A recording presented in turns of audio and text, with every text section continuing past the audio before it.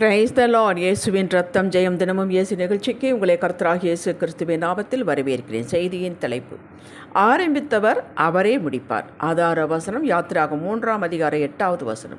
நலமும் விசாலமான தேசத்தில் கொண்டு போய் சேர்க்கவும் இறங்கினேன். தேவனால் அழைக்கப்பட்டவர்களே, கர்த்தர் நம் வாழ்வில், சபையில், தேசத்தில், ஊழியர்களில் ஒன்றை ஆரம்பித்தார் என்றால் அதை நிறைவு செய்யாமல் விடமாட்டார், ஓயமாட்டார்.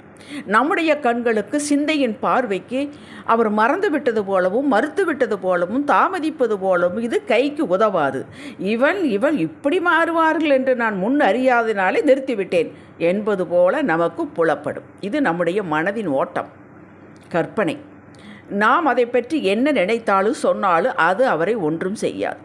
இப்படிப்பட்ட பேச்சுக்களை அவர் கவனிப்பதில்லை.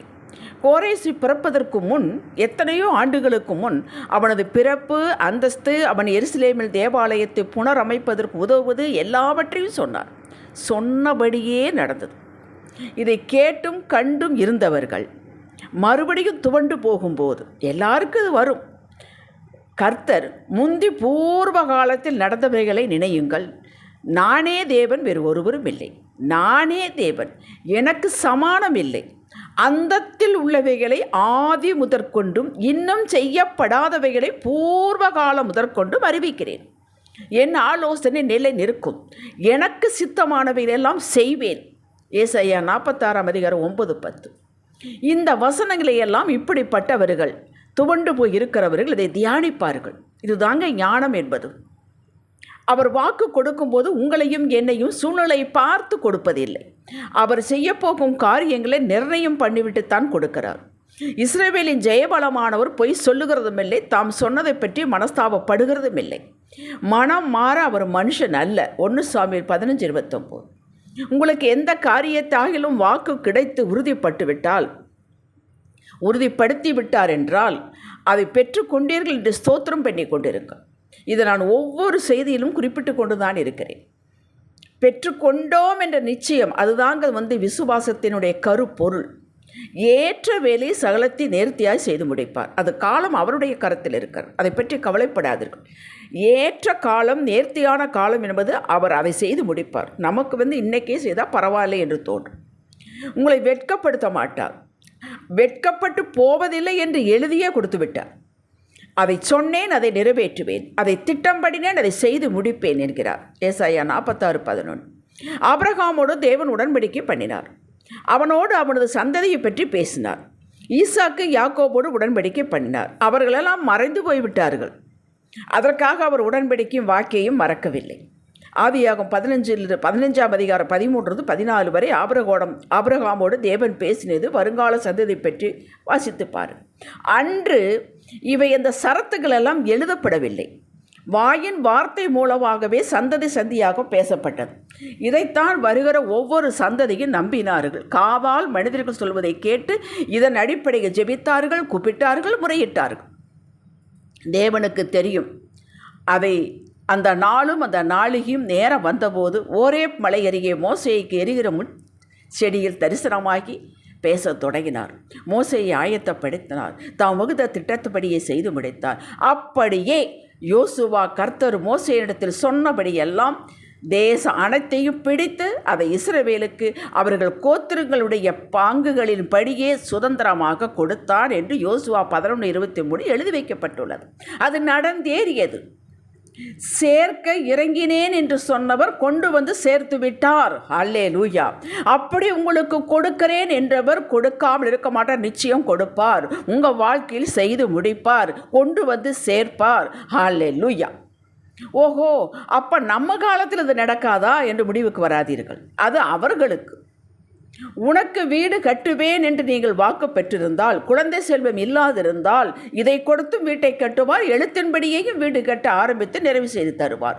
திருமண காரியமோ, பிஸ்னஸோ, வேலையோ, வாங்குதல், விற்றல், கோர்ட்டு கேஸ், ஊழியம் எதுவாக இருந்தாலும் வாக்கு கொடுத்தவர் மறக்க மாட்டார் என்பதற்காகத்தான் ஆவியானவர் இதுவரை பேசினார். வாக்கு பெற்ற நாம் அதிலே நம்பிக்கையை உறுதியாக வைத்து என் எல்லையில் செய்து கொண்டிருக்கிறார் என்ற எண்ணத்தோடு அவரை தேடுவதிலும் வேதம் வாசிப்பதிலும் நமக்கு கொடுத்த வேலையிலும் நாம் செய்ய வேண்டியவைகளை கர்த்தர் பாராட்டு வண்ணம் செய்து கொண்டிருக்க வேண்டும். நாம் செயல்பட்டு கொண்டிருக்க வேண்டும். இங்கே தான் பிரச்சனையே வருகிறது.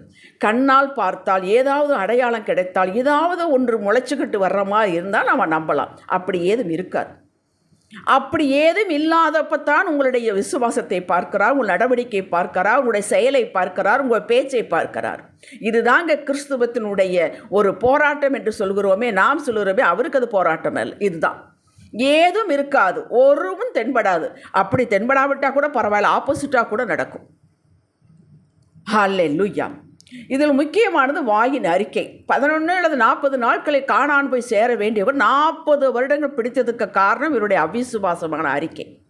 அவிசுவாச வார்த்தை பேசக்கூடாது.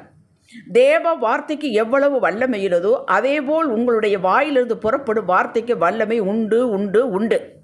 மறந்து விடாதீர்கள். இடிக்கவும் கட்டவும் பொசுக்கவும் தழைக்கவும் முடியும் உங்கள் வார்த்தைகளினால். சகலத்தையும் இழந்து ரோட்டுக்கு வந்துவிட்ட யோபு அவருடைய வார்த்தையை கவனித்து பாருங்கள். இடப்புறம் வலப்புறம் முன்னும் பின்னும் கர்த்தரை காணேன், ஆனாலும் நான் போகும்படியே அவர் அறிவார். அவர் என்னை சோதித்தவே நான் பொன்னாக விளங்குவேன். யோபு 23 அதிகாரம் 8, 9, 10, 13, 14 வசனங்கள்.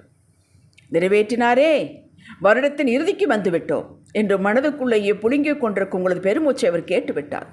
புது வருடத்திற்குள் உங்களை அதே மனப்புழுக்கத்தோடு அழைத்து செல்ல மாட்டார். அதே சோகத்தோடு அதே துவண்டு நிலையிலே உங்களை அழைத்து செல்ல மாட்டார். நிறைவோடு மகிழ்ச்சியோடு பெற்றுக்கொண்டேன், இன்னும் அநேக காரியங்கள் இருக்கின்றன, பெற்றுக்கொள்வேன் என்ற குதூகலத்தோடு அழைத்து சொல்வார். அதை நீங்கள் நம்ப வேண்டும். அதுக்கு இப்பொழுது தேவ சமூகத்தில் அறிக்கையை செய்து காட்டுங்கள். மகிழ்வார் மகத்துவமுடையவர்.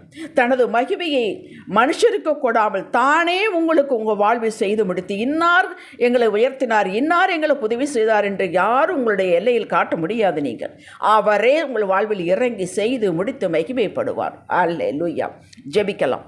தகப்பனே, என் வாழ்வு எவற்றையெல்லாம் ஆரம்பித்தீரோ அவற்றையெல்லாம் முடித்து கொடுக்க நீர் வல்லவரும் நீதி உள்ளவரும் உண்மை உள்ளவருமாய் இருப்பதற்காக தோத்திரம். புதிய வருடத்திற்கு அந்த ஆனந்த தைலமான ஸ்தோத்திர துதி ஆராதன பலியோடு நான் உள்ளே வருவேன், குடும்பத்தோடு வருவேன். இயேசுவின் நாமத்தில் பிதாவே. இன்றைய சிந்தனைக்கு, என்னில் என் காலத்தில் ஆரம்பித்து வைத்தவர், வாக்கு கொடுத்தவர் என் காலத்திலேயே அதி சீக்கிரத்தில் எல்லாவற்றையும் செய்து முடிப்பார், கொடுப்பார். ஆமேன். ஹல்லேலூயா.